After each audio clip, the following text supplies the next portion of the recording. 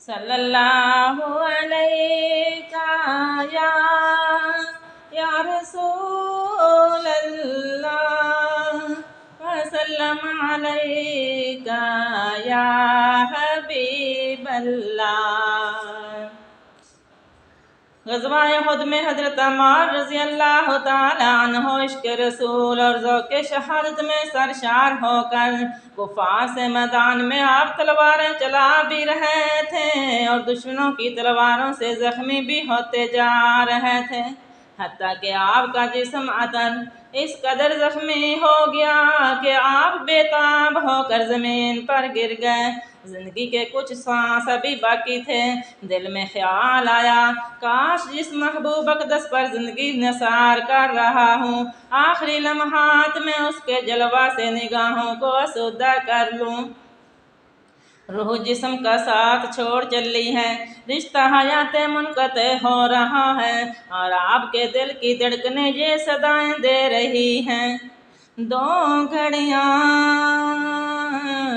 رک جا تقدیرے مینوں لگیاں توڑ نبھالن دے، خود جان حوالے کر دے ساں اس جان دا مالک عالم دے۔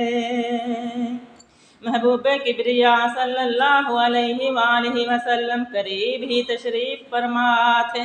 حضرت عمار رضی اللہ تعالی عنہ نے زخموں سے چور چور اپنے جسم کو گھسیٹتے ہوئے آپ کے مبارک قدموں تک پہنچ گئے۔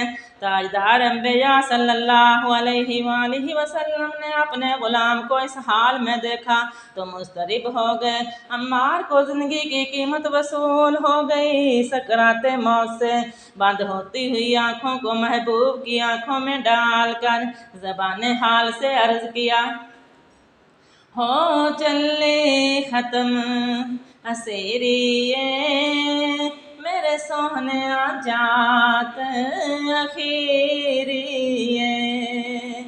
ہو چلے ختم اسیری میرے سوہنے جات اخیری، رک جاویں سوہنیاں دو گھڑیاں اکھیاں نو پیاس بجھالن دے۔ ایک دفعہ مکہ معظمہ کے چند لوگوں نے حضور رسالت مآب صلی اللہ علیہ وآلہ وسلم کی بارگاہ اقدس میں حاضر ہو کر عرض کی کہ یا رسول اللہ ہمارے ساتھ چند مبلغین بھیجیں تاکہ وہ ہمیں تبلیغ کریں۔ آپ نے صحابہ کرام کی ایک جماعت ان کے ساتھ روانہ کر دی۔ مبلغین کی یہ جماعت نواحِ مکہ میں پہنچی تو وہاں پر کافروں کے پہلے سے متعین شدہ 200 سپاہیوں نے انہیں گھیرے میں لے لیا۔ جانے نثاران اسلام سمجھ گئے کہ ہمارے امتحان کا وقت قریب آ گیا ہے، چنانچہ کفار کی طرف سے آواز آئی کہ یا تو اسلام سے روگردانی کا اعلان کر دو یا لڑنے کے لیے تیار ہو جاؤ۔ شمع رسالت کے پروانوں نے یک زبان ہو کر بلند آواز سے کہا، دھوکے بازو ہم دین سکھانے کے لیے آئے ہیں۔ چنانچہ کفار کے ساتھ جنگ شروع ہو گئی۔ ایک ایک کر کے سوائے حضرت خبیب رضی اللہ تعالی عنہ کے سب صحابہ کرام شہید ہو گئے اور حضرت خبیب کو زندہ گرفتار کر لیا گیا۔ آپ قید و بند کی صعوبتیں برداشت کرتے ہوئے رہوان منزل محبت کو یہ سبق دے رہے تھے کہ دل دے دے جدوں دل بر نو تے پھر خود نو مٹانا پیندا اے،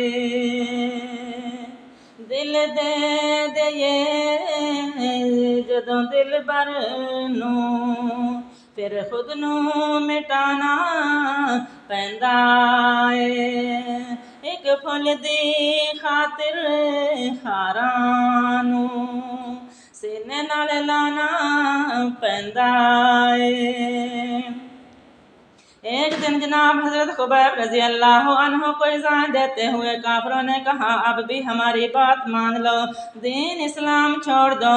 حضرت خبیب نے زبان حال سے ارشاد فرمایا رسول اللہ تو صدقے جان میری اے فانی زندگی قربان میری۔ حضرت خبیب نے فرمایا ظالمو تم میری جان تو لے سکتے ہو مگر ایمان نہیں چھین سکتے۔